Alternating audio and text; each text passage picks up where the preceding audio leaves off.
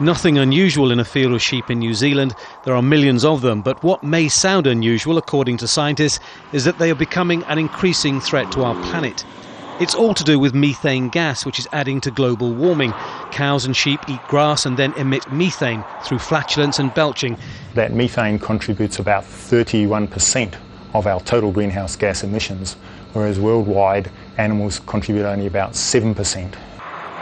Carbon dioxide emitted from coal-fired power stations and vehicle exhaust are the main threat to the planet. Methane emissions, however, come in second.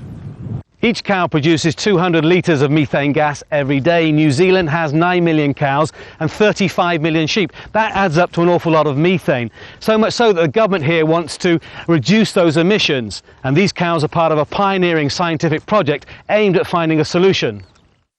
These neck yokes collect methane emissions which are belched. It's part of a $70 million 10-year project by New Zealand scientists who are leading the world in this field.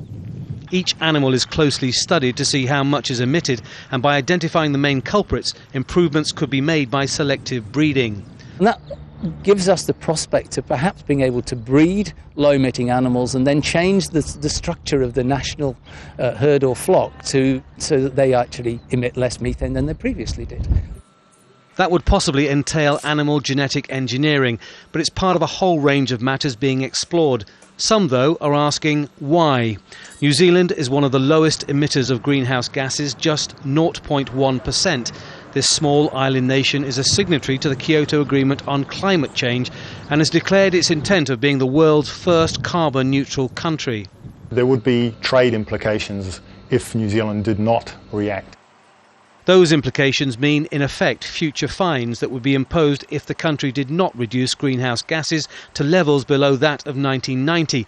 If we have a punitive tax emissions trading scheme in New Zealand that makes us less profitable, we will move our farming systems overseas into countries there that are not as efficient at producing food as what we are in New Zealand. Scientists say they are between 5 and 10 years away from finding a solution, but finding a balance between greenhouse gases and stubborn farmers may take just a little longer. Tony Birtley, Jazeera, near Palmerston North, New Zealand.